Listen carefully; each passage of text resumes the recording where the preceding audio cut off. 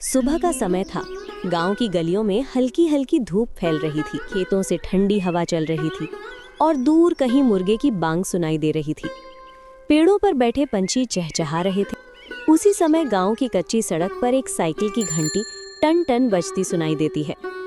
वो साइकिल चला रहा था रघु, जो पूरे गांव में दूध बेचने का काम करता था। उसकी साइकिल के पीछे बड़े बड़े दूध के कैन बंधे हुए थे। दूध ले लो, ताजा दूध ले लो, गाय भैंस का शुद्ध दूध। रघु रोज सुबह जल्दी उठकर अपने तबेले से दूध निकालता और पूरे गांव में घर घर जाकर बेचता था। गांव के लोग उसे मेहनती और सीधा साधा आदमी समझते थे। उसे देखकर सबको लगता था कि ये गरीब आदमी ईमानदारी से अपना पेट पाल रहा है। सबसे पहले रघु कमला काकी के घर पहुंचता है। काकी, दूध ले लो, आज बहुत बढ़िया दूध है। अरे रघु बेटा, आ गया तू। जरा आज आधा लीटर ज्यादा दे देना, मेरे पोते को खीर खाने का मन है।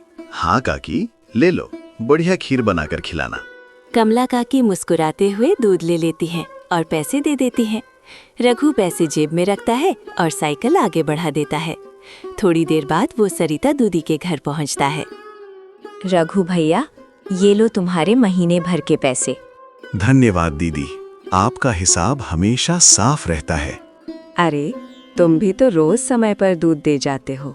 गांव में तुम जैसा ईमानदार आदमी मिलना मुश्किल है। रघु ये सुनकर मुस्कुरा देता है, लेकिन गांव वालों को एक बात बिल्कुल भी नहीं पता थी। रघु उतना सीधा नहीं था जितना वो दिखता था। रघु का असली राज। दूध बेचकर जब रघु घर पहुंचा तो उसकी पत्नी सीमा दरवाजे पर खड़ी थी। आ गए आप? आज काफी देर हो गई। अरे पूछो मत, रास्ते में साइकिल का टायर पंचर हो गया था। आप नई साइकिल क्यों नहीं खरीद लेते? रोज यही झंझट होता है। अगर मैं नई साइकिल खरीद लूं तो गांव वाले क्या सोचेंगे? क्या सोचेंगे? यही कि इस गरीब दूध वाले के पास इतना पैसा कहां से आया। मुझे गरीब दिखना है, तभी लोग भरोसा करेंगे। इतना कहकर रघु तबेले में चला जाता है। वहां भैंसों और गायों के पास बड़े बड़े दूध के ड्रम रखे हुए थे। सीमा भी पीछे पीछे अंदर आ जाती है। रघु धीरे से एक डिब्बा निकालता है। उस डिब्बे में सफेद रंग का पाउडर था। रघु चुपके से दूध में वो पाउडर मिलाने लगता है। अरे, ये क्या कर रहे हो? मिलावट। क्या? ऐसा क्यों? ताकि दूध ज्यादा बने और ज्यादा पैसा मिले। सीमा ये सुनकर डर जाती है। अगर गांव वालों को पता चल गया तो? किसी को कुछ पता नहीं चलेगा, सब मुझे ईमानदार समझते हैं। रघु का लालच धीरे धीरे बढ़ता जा रहा था। लालच की शुरुआत कुछ ही महीनों में रघु की कमाई बढ़ने लगी। वो दूध में मिलावट करके ज्यादा पैसा कमाने लगा, लेकिन लालच कभी खत्म नहीं होता। एक दिन दूध बेचकर लौटते समय उसकी साइकिल फिर पंचर हो गई। ये साइकिल भी ना हर दिन परेशान करती है। रघु साइकिल लेकर मोहन पंचर वाले की दुकान पर जाता है। अरे रघु भैया, फिर पंचर? क्या करें भाई, किस्मत ही खराब है। साइकिल ठीक होने में समय लग रहा था। पास में एक पकौड़े की दुकान थी। रघु वहां जाकर बैठ गया। उसी समय वहां दो अजनबी आदमी बैठे हुए थे।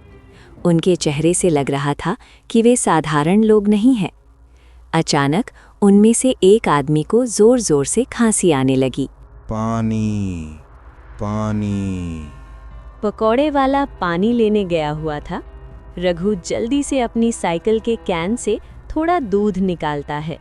लो भाई, दूध पी लो।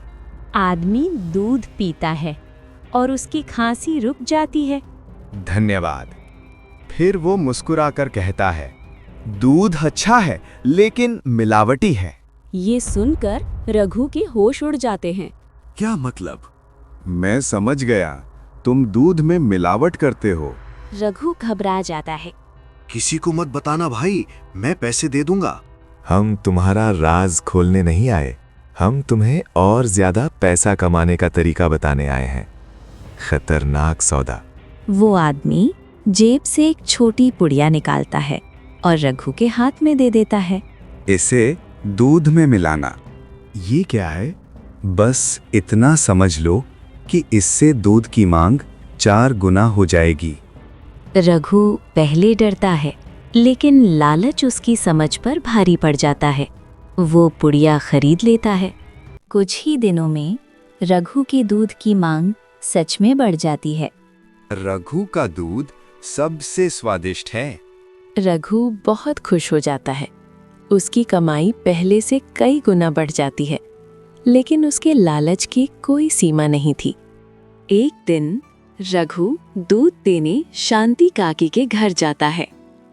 दरवाजा एक जवान लड़का खोलता है। आप कौन? मैं काकी का भतीजा हूँ, शहर से आया हूँ। क्या काम करते हो? पुलिस में हूँ। पुलिस का नाम सुनते ही रघु के हाथ कांपने लगते हैं। उसके हाथ से दूध का बर्तन गिर जाता है। एक दिन रघु घर पर नहीं था। उसकी पत्नी सीमा ने सोचा कि वो उसकी मदद कर दे। सीमा दूध में पाउडर मिलाने लगी, लेकिन गलती से उसने ज्यादा पुड़िया डाल दी। रघु वही दूध पूरे गांव में बेच देता है। कुछ देर बाद वही पुलिस वाला उसके घर आता है। चलो रघु, अब तुम्हारा सच सामने आ गया। मैंने कुछ नहीं किया। दूध में नशा मिला का। पुलिस रघु को गिरफ्तार कर लेती है। गांव के लोग ये देखकर हैरान रह जाते हैं। उन्हें पता चलता है कि जिस आदमी पर वे भरोसा करते थे, वही उन्हें धोखा दे रहा था। गांव वाले बहुत नाराज हो जाते हैं।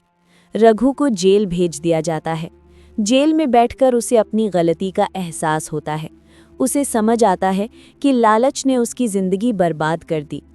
कुछ महीनों बाद जब वो जेल से बाहर आता है, तो वो गांव वालों से माफ़ी मांगता है। धीरे धीरे गांव के लोग उसे माफ़ कर देते हैं। रघु फिर से ईमानदारी से दूध बेचने का काम शुरू करता है। अब वो हर घर में जाकर कहता है, अब मैं सिर्फ शुद्ध दूध ही बेचूंगा। उस दिन के बाद रघु ने कभी मिलावट नहीं की। लालच इंसान को कुछ समय के लिए फायदा दे सकता है, लेकिन अंत में वो उसे बर्बादी की तरफ ही ले जाता है।